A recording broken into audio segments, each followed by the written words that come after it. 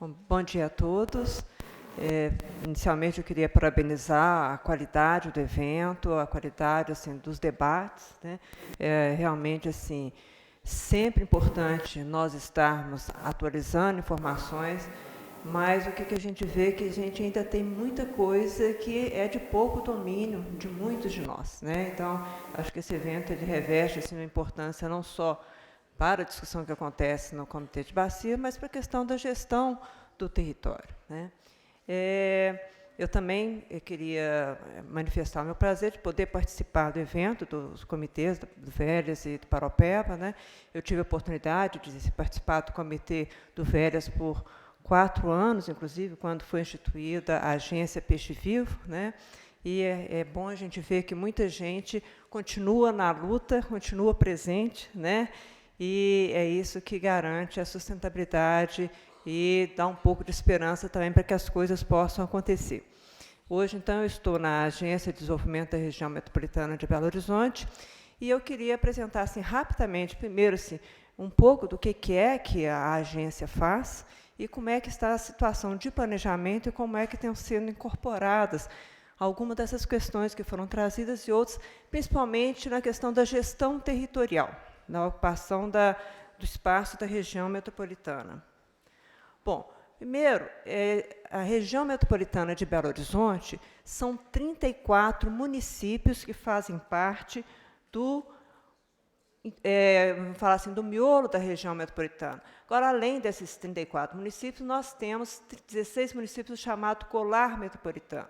Já foi dito aqui da importância em termos de população da região metropolitana no Estado, né? Hoje são 5,2 milhões de habitantes só nesses 34 municípios, e isso representa um pouco mais de 25% da população do Estado, e, por outro lado, a gente representa, em termos de arrecadação, a região metropolitana representa hoje 28% do PIB do Estado, né? Então, nós estamos falando de uma área, de uma porção territorial, populacional, que tem um peso significativo no Estado, mas que não concentra o Estado todo. E não tem sentido região metropolitana ficar crescendo, porque a gente tem que cuidar do Estado como um todo, né? Então, assim, região metropolitana não é só por isso, não é isso que vai dizer que ela é prioritária em relação aos outros territórios, às outras áreas do Estado, mas ela tem uma importância fundamental, ela tem uma importância significativa, inclusive em função de usos de recursos naturais, em função de poluição, principalmente, né, na bacia do Velhas e do Paraupebas. A região metropolitana ela está toda inserida nas duas bacias, mas essas duas bacias contemplam outros municípios além da região metropolitana, né? Como já foi dito, Itabirito, Ouro Preto, já não estão na região metropolitana de Belo Horizonte.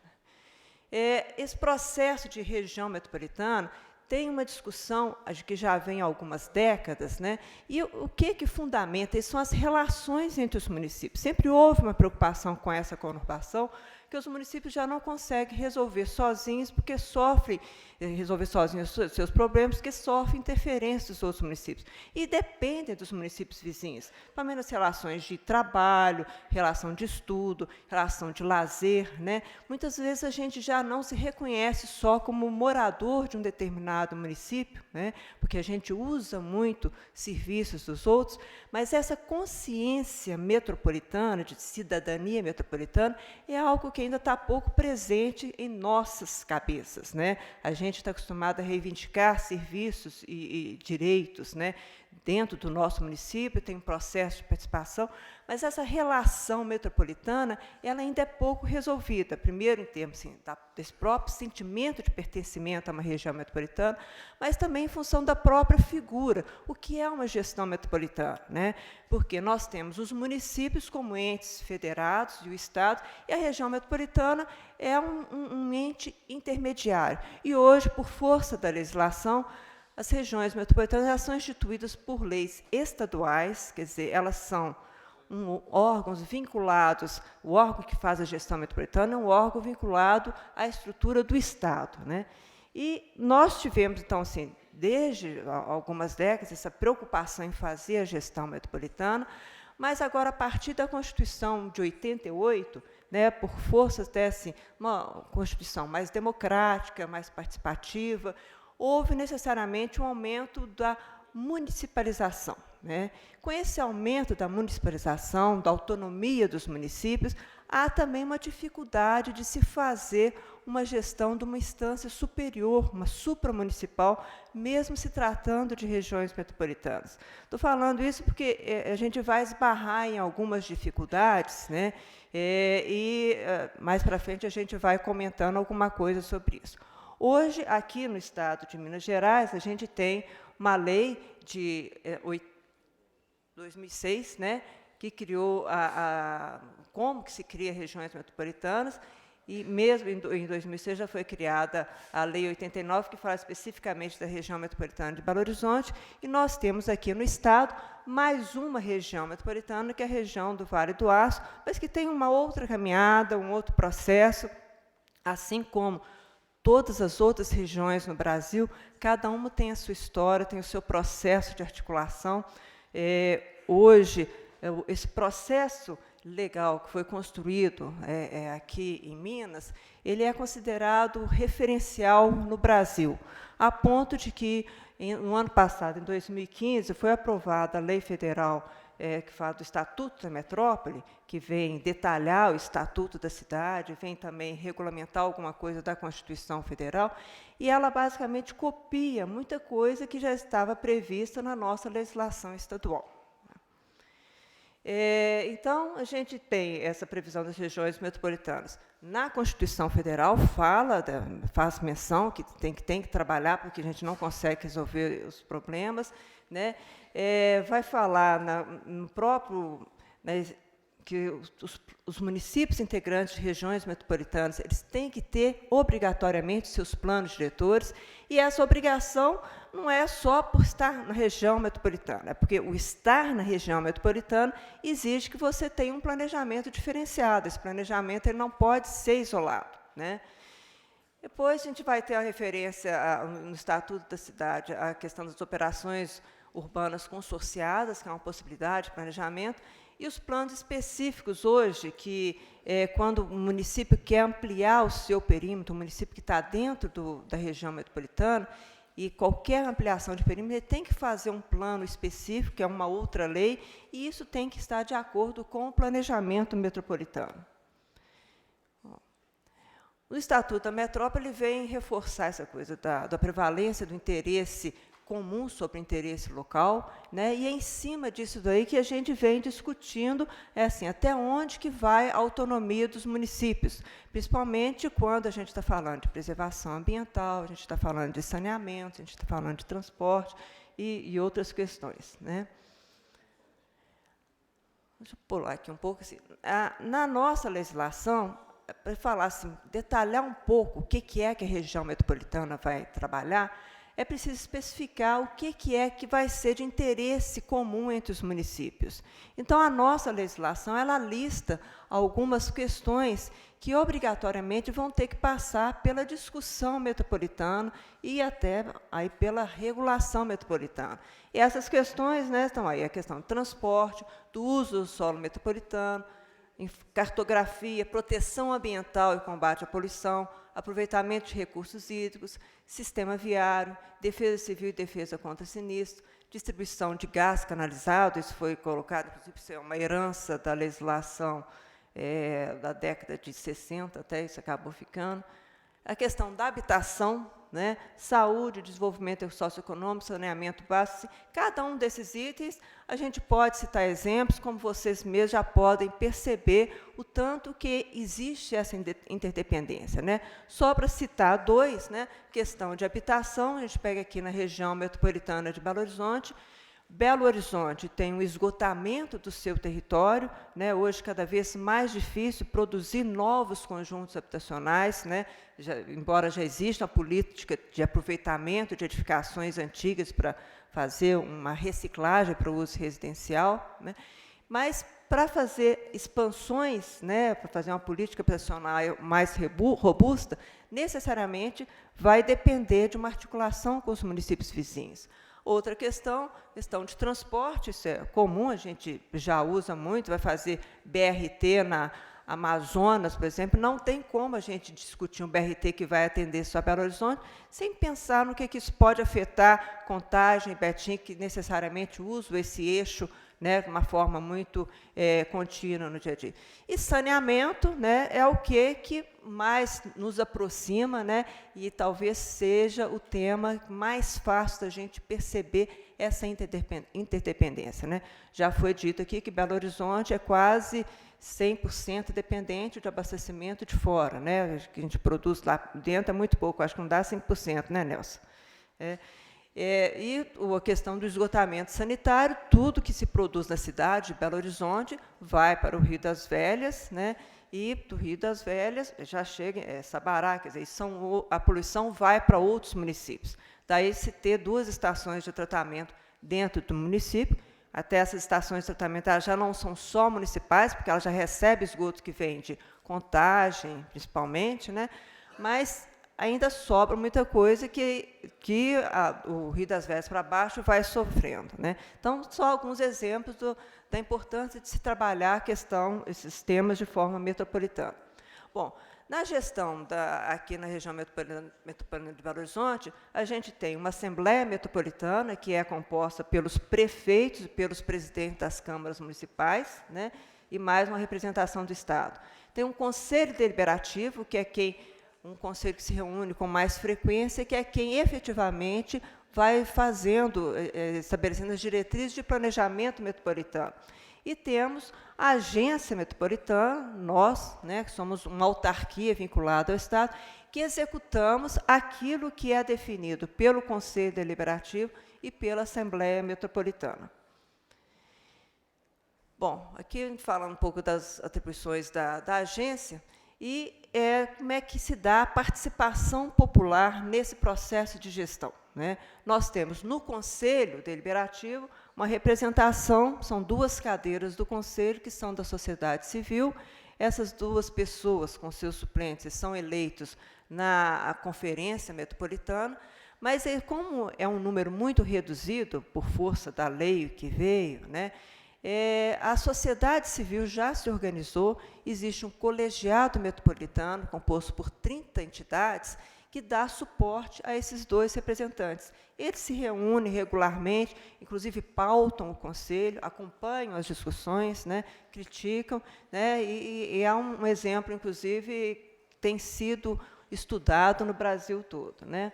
Nós temos comitês temáticos que discutem os temas de transporte, já tivemos de saneamento também, e nesses comitês a gente tem participação da sociedade civil, e as conferências metropolitanas, que são previstas por lei para acontecer a cada 2 anos, e nessas conferências a gente faz a discussão dos temas afetos àquilo que é função pública de interesse comum, para adequar o planejamento metropolitano para os 2 anos seguintes, assim como faz o acompanhamento do que vem sendo realizado. Né? Aqui algumas fotos da última conferência que nós fizemos em 2015, e a gente tem como instrumentos de planejamento um Fundo de Desenvolvimento Metropolitano e um Plano Diretor de Desenvolvimento Integrado. Esse Fundo de Desenvolvimento Metropolitano ele é composto por contribuições voluntárias dos municípios e os 50% de recursos do Estado. Então, se o Estado estabelece, esse ano nós vamos colocar 5 milhões no fundo. Os outros 5 milhões, isso é repartido entre os municípios, né, proporcional à receita corrente líquida de cada município. Como a gente tem muitas diferenças de população e de renda entre os municípios, se Belo Horizonte, Contagem e Betim contribuírem aqui, a gente já tem quase 80% do valor total de contribuição dos municípios. Mas os outros municípios têm contribuído, os menores, porque têm sentido o retorno, né, de alguma das questões de planejamento. Sobre o Plano Diretor de Desenvolvimento Integrado da região metropolitana, talvez muitos de vocês tenham participado do processo de elaboração que aconteceu entre 2009 e 2011. Foi um processo, então, de governos passados, né, mas contratado. Quem fez a elaboração do plano foi um consórcio de universidades, o FMG, o ENG, a PUC, né, coordenadas pelo FMG, com uma grande participação de discussão nas cidades da sociedade civil. Esse plano metropolitano ele foi aprovado pelo Conselho, né, e ele está estruturado, né, em dois grandes eixos, né, dimensões estruturantes, chamadas de territorialidade e institucionalidade, sempre discutindo como esses pilares, a questão da acessibilidade, seguridade, sustentabilidade, urbanidade, e, a partir dessas discussões aprovadas, né, foram estabelecidas diretrizes para diversas políticas, programas e projetos. Isso está disponível no site da agência, tem um site específico do Plano Metropolitano, e foram estudos, inclusive, sim, muitas discussões aconteceram com os comitês, né, os comitês participaram, e essas diretrizes, elas vêm balizando, então, o que se faz em termos desses planos, programas, projetos na região metropolitana, né. A grande questão do plano diretor, né, na questão da reestruturação territorial na região metropolitana, é como mudar essa situação atual de uma metrópole extremamente concentrada e dependente dessa centralidade de Belo Horizonte, né, e com isso assim, trazendo vários problemas, sejam ambientais, seja econômicos, seja problemas, dificuldades, inclusive, de locomoção, porque a gente gasta um tempão no trânsito, né? E como é que a gente pode chegar a uma situação de uma metrópole com mais centros, né, uma metrópole policêntrica, que seja compacta, um sistema viário organizado e em rede, né? Então, a partir dessas diretrizes, foram pensados, né, quais as áreas na região metropolitana que poderiam receber incentivos para desenvolvimento de outros centros e como articular essa expansão metropolitana, essa nova organização. E um primeiro subproduto desse plano é o chamado macrozoneamento metropolitano. A exemplo do que a gente tem nos municípios, né, que é a lei de uso, ocupação, parcelamento, uso e ocupação do solo, que são as grandes leis que regem mesmo a ocupação do espaço das cidades, a região metropolitana vai passar a ter um macrozoneamento metropolitano, né, que definindo quais são as zonas de interesse metropolitano, quer dizer, quais as zonas que o município não vai poder decidir sozinho o que vai fazer lá. Tudo que vai acontecer, inclusive com parâmetros urbanísticos, né, de ocupação, de área de permeabilidade, etc., vai ser em função desse interesse metropolitano. E essas foram definidas, então, a partir das diretrizes lá do plano diretor, né, foram definidas macrozonas, chamadas de interesse metropolitano, pensando que a gente agrupa em três grandes áreas, né, que é a trama verde e azul, e depois as áreas prioritárias para adensamento, e quais são os parâmetros de parcelamento, ocupação, uso e ocupação do solo, conforme essa destinação dessas macrozonas, né. E o resultado, esse também foi um processo coordenado pelo UFMG, a UFMG, de novo, foi contratada para puxar essa discussão, né? E as propostas foram elaboradas a partir de um processo participativo com os municípios todos e convidando a sociedade civil, e foram definidas as áreas, então, de interesse. Aqui a gente tem, aqui sim são os grandes grupos, né? As zonas de interesse ambientais, que são essas azuis, que elas vão coincidir com as áreas, principalmente com as áreas de recarga, tá? Depois nós temos as zonas de centralidades e de eixo, que são essas áreas amarelinhas, né? E as chamadas em serra e a zona de interesse metropolitano de Serras e Rodoanel, aqui acompanhando, então, todo o eixo da Serra do Curral, e aqui a Serra da Moeda também, né, do sinclinal da Serra da Moeda, e preservando também, deixando reservada a área do futuro Rodoanel da região metropolitana, né. Bom, a partir dessas grandes diretrizes, foi feito um detalhamento, né, dessas macrozonas inseridas nessas grandes diretrizes, e para cada uma dessas macrozonas, que elas vão ser de proteção ambiental, de atividades complementares, diversificação de adensamento ou desenvolvimento econômico industrial, né, foram definidos parâmetros urbanísticos que os municípios vão ter que respeitar, né. E vão ter também as zonas de diretrizes especiais metropolitanas, que se sobrepõem, como a gente sempre tem muita diversidade, né, tem áreas específicas que, mesmo tendo aquela previsão da macrozona, a gente vai ter que trabalhar de uma forma mais detalhada o que vai acontecer nela. E essas são chamadas as zonas de diretrizes especiais metropolitanas, que são a trama verde e azul, o professor Nilo vai falar um pouco, mas, né, a questão dos territórios minerários, as áreas de requalificação, as áreas de interesse social, de grandes equipamentos, as áreas urbanas consolidadas, né, e as áreas de indústria e de logística. Então, resultado, a gente tem um mapa mais detalhado, né, e isso tudo vai ter que virar lei. Né? Então, nós estamos atualmente trabalhando na formatação de um projeto de lei, nós, a agência, com o Conselho, né? Um projeto de lei que contém o plano diretor, que agora, por força do Estatuto da Metrópole, nós temos que converter esse plano, aprovado pelo Conselho, numa lei estadual. Essa lei estadual ela vai conter também o macrozoneamento. Né? Bom, e nesse macrozoneamento a gente vai falar desses parâmetros urbanísticos, a gente vai trazer instrumentos, né, de como a gente pode captar a questão da valorização dos terrenos para reinvestir na qualidade das cidades, né, e vai ter uma diferenciação de tamanho de lote, de área de permeabilidade, de potencial construtivo, em função das características, né, se é de proteção ambiental, ou se é uma área de adensamento. Né. Bom, e só para a gente fechar aqui, né, o que a gente faz com tudo isso? Né? Na verdade, a gente, além do planejamento, a gente tem um trabalho cotidiano na agência que vem principalmente no que diz respeito à regulação do solo. Todo novo loteamento na região metropolitana, todo desmembramento, ou seja, todo parcelamento do solo, necessariamente tem que passar por uma anuência da agência. Né?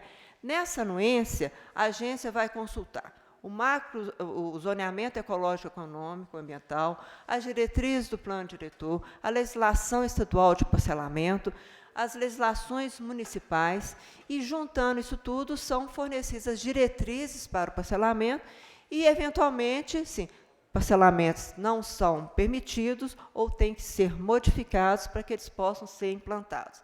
Além disso, a gente tem um trabalho de fiscalização cotidiano, né? Todo novo loteamento a gente acompanha e a gente recebe as denúncias de loteamentos clandestinos, vai lá, verifica, se for o caso, toma as providências, não só de multas, providências administrativas, comunicação também ao Ministério Público, né, no limite, a abertura de processos criminais. Né. Bom, a questão do macrozoneamento eu já falei, nós damos apoio à elaboração dos planos diretores municipais e de expansão urbana. O Ministério Público, inclusive, nos exige o acompanhamento disso, né? Cada novo plano diretor, cada revisão de plano diretor, o Ministério Público pede o nosso parecer, se nós acompanhamos, se o que está sendo colocado está de acordo com as diretrizes metropolitanas. Aí, agora, nesse processo, após a elaboração do PDDI e do macrozoneamento, nós temos agora um outro contrato com recursos do fundo. Eu esqueci de dizer que todo esse processo de planejamento ele vem sendo feito com recursos do fundo, de contribuição dos municípios e do Estado. E agora nós contratamos a revisão de planos diretores dos municípios, né, dos municípios que quiseram, que aderiram, foram 11 municípios da região metropolitana, do miolo, né. Nós estamos começando agora a revisão dos planos diretores, agora ainda com o apoio da UFMG. Bom, nós já fizemos, em relação a resíduos sólidos, né, já teve um plano metropolitano de gerenciamento de resíduos sólidos urbanos que gerou uma proposta de uma parceria público-privada para tratamento dos resíduos sólidos. Essa PPP, atualmente, ela está em revisão, por questão dos valores envolvidos, né, e o nosso prazo é até abril para concluir essa revisão. Fizemos um plano metropolitano de gerenciamento de resíduos sólidos, de serviços de saúde e de construção civil volumosa, inclusive com a identificação de geradores, né? E são planos que orientam a atuação dos municípios e a atuação também da iniciativa privada. Um plano metropolitano de mobilidade, contratado agora, nós está na fase final da licitação, e esse plano metropolitano ele vai envolver a atualização da pesquisa origem e destino de passageiros, a origem e destino de cargas dentro da região metropolitana, elaboração do plano viário, plano de transportes, considerando todos os modos de transporte, né? Aí a questão ferroviária, a questão do transporte privado, por ônibus, por veículos, a questão das bicicletas, a questão do a pé, as motocicletas também entram, né? Bom, e aí outras questões, né? Um sistema de compartilhar de informações metropolitanas, a gente faz parte de um programa de recuperação ambiental de área de recarga hídrica, a partir daquele Plantando Futuro, que a Codemig está pagando. Aqui nós estamos priorizando atualmente, né, a bacia do Serra Azul, foram identificadas áreas deterioradas de propriedade particular, e vai ser feito o plantio nessas áreas. E, fora isso, a gente tem outras questões para ajudar os municípios, são licitações compartilhadas para prestação de serviços públicos. Eu vou parar por aqui, porque eu estourei o tempo, né? Que a gente só fala daqui para frente dos desafios, né, as questões que a gente ainda considera inacabadas. Eu fico à disposição para perguntas depois. Tá? Muito obrigada.